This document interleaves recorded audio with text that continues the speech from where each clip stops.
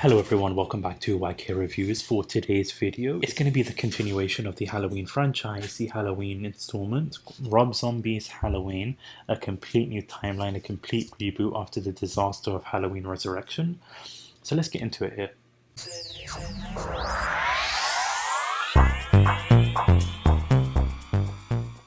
In terms of this movie, the Rob Zombie Halloween, I'll be honest, when I've seen this twice. First time a couple of years ago, close to when it came out, and then rewatching it for this video, and I'll be honest, I hated it for a long time, but after rewatching it this time around, I have actually come to enjoy this movie, and I'll get to the reasons why as the review progresses. But this version of Halloween I thought was actually pretty decent, I'll be honest. So we start off with the day of Halloween. You get the Myers household. You see this broken down house of an abusive dad, the mum, all that kind of stuff, and you see a young version of Michael Myers. And the reason why I like is this one is that it's sort of bringing it close to home.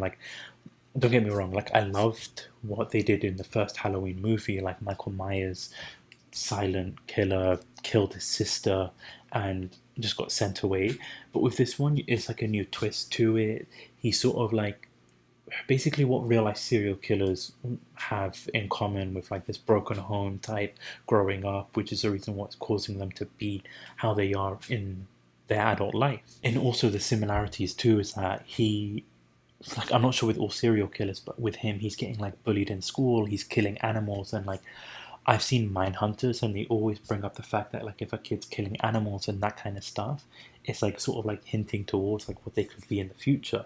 So you see this Michael Myers, this kid killing animals, he's also getting bullied in school, and I didn't mind that part, seeing that child version of Michael Myers. I didn't mind that aspect, seeing what he gets up to from day-to-day life and seeing why he is what he's going to become.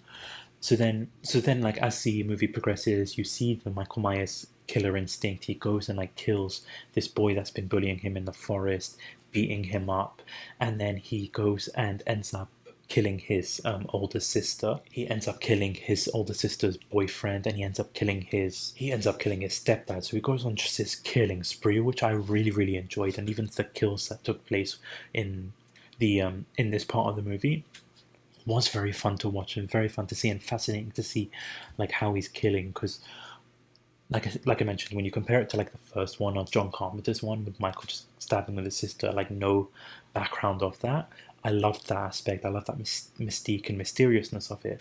But with this one, I like how they're taking on a different twist to it, and it's not a bad explanation for it. So then Michael ends up killing all these people, and he's only left with his little sister, the baby Laurie, and his mum comes home and finds this killing spree happening, sees Michael and Laurie there. So you have that little element of Halloween, two of them being brother and sister, which again, I don't mind that. It does take a bit of a toll in other installments in the movie, but with this one it does work. So then you see Michael in this institution. You see this new Dr. Loomis, who honestly I despise. He, not because he's not Donald Pleasant or anything like that, but just the choices that they pick with this particular characteristics that he has, it just does not work whatsoever. And before I actually get to that, then you see Michael Myers actually has his iconic mask, but I felt it looked ridiculous with him as a child wearing it. It just looked hilarious, but I just wanted to mention that part, that mask. And for me, for this mask, I really enjoyed the look of this mask, especially as he's an adult. The watered down, weathered down version of it looked fantastic for me. I really liked what they did with this mask. But then yeah, you get to Michael's mum trying to talk to him. You get Dr. Loomis trying to develop this relationship, and so that you see Loomis's relationship from Michael as a kid. But you see Michael Myers' mum ends up killing herself because of seeing how broken Michael is, and this causes Michael to not speak once he finds out that his mum dies, because I think that was the little bit of hope he had left with his mum.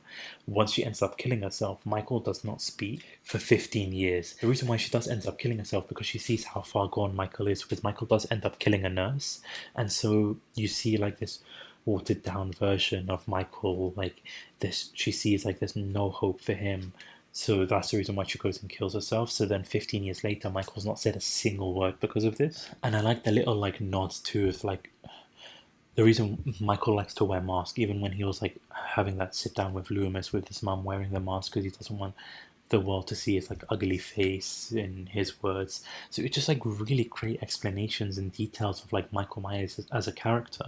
So then you get to like the adult version of Michael. You see that Dr. Loomis just couldn't help Michael Myers. He's just too far gone. So what he does is takes advantage, exploits it, ends up writing a book about it, which, like I said, I just didn't understand the choices that they picked with him, because it's not, if you compare it to like the original version of Loomis, it's that like, okay, if he's your patient for this long, why are you writing a book about it, trying to like exploit all that? Like, it's one thing writing a book about it, but you see the conniving like methods that he has of himself. Like, it's just, I don't understand that choice. So then Michael as like an adult, and with this, I like this version of Michael Myers because he's like this huge beast of a adult. He's like 6 foot something, really tall, really like not muscly, but like just built like a rock. And like what he does, he ends up escaping. He ends up killing all these like different workers, nurses, doctors, security guards. And what sucks is that, so then we see Michael Myers has like developed a relationship with Danny Trejo, who most famous for the Machete movie.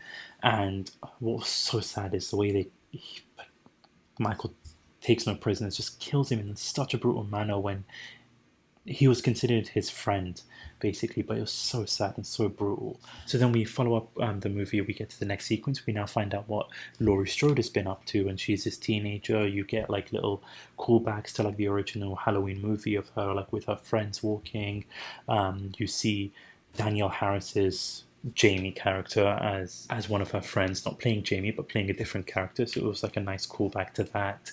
You see them walking with her friends in the school. But some of like the decisions that they picked with her character with like Rob Zombie, she's like more of like a not vile type, but like the way she speaks, the way she like talks with like her stepmom, like it's just weird decisions like that. But she's like she's got more of a character than the original like Laurie Strode, and she's more of like a more personality like brewing on the outside there, so you get to see like what she's been up to. And then you have Michael Myers returning, getting his iconic mask, who's like, as I mentioned, it's like a watered down, really like old looking mask, and I really like the detail. Like, I really did like this mask. And then we get introduced to the sheriff of the town, played by braddourif, Charles Lee Ray, and I loved braddourif in this movie and in the sequel. I loved him in this movie. He plays Charles Lee Ray, Chucky, and it puts a smile on my face to see him in this movie. It was so fun. So then we get to like Halloween night. We see that Laurie Strode is babysitting 2 kids, Tommy and Lindsay. So you get like these little callbacks to the original movie. You see Michael Myers ends up killing like the family that Laurie like grew up with.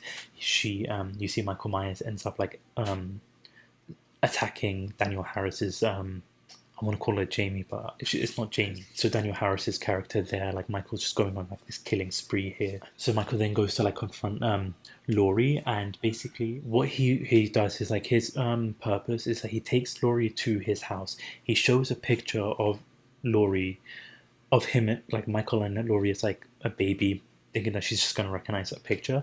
But like his intention is like to wanting to like have a family, not like start a family with her, but like wanting to be a family with Laurie. Laurie's petrified, not knowing what the hell is going on, absolutely terrified. And so basically Laurie stabs Michael because she wants to get away from him. They end up like this little chase scene, ends up in a pool where you've got Dr. Loomis coming after Michael and ends up shooting him in the back. And I love this whole sequence, like this whole third act, this whole sequence was very well put together, and it was really enjoyable and really tense. Obviously not as great as the third act in the original first movie, but very, very good third act. So then you think that Michael is dead, so Dr. Loomis thinks that he's dead.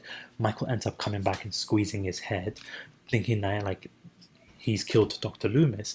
And so Laurie tries to like run away, goes to the attic with Michael just like using a pole, like stabbing the roof for Laurie to like start crashing down, and you just see this bloody look on her face. She looks like a complete mess.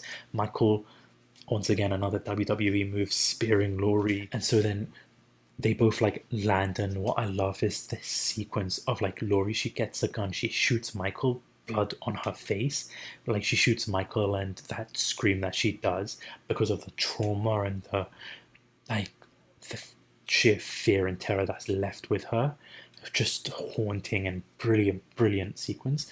This movie was very well done, a great reboot.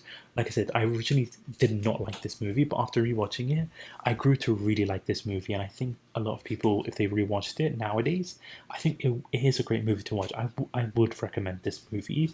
If you've seen the movie, let me know down in the comment section what you thought about it. I thought it was very thoroughly entertaining. So let me know down in the comment section below.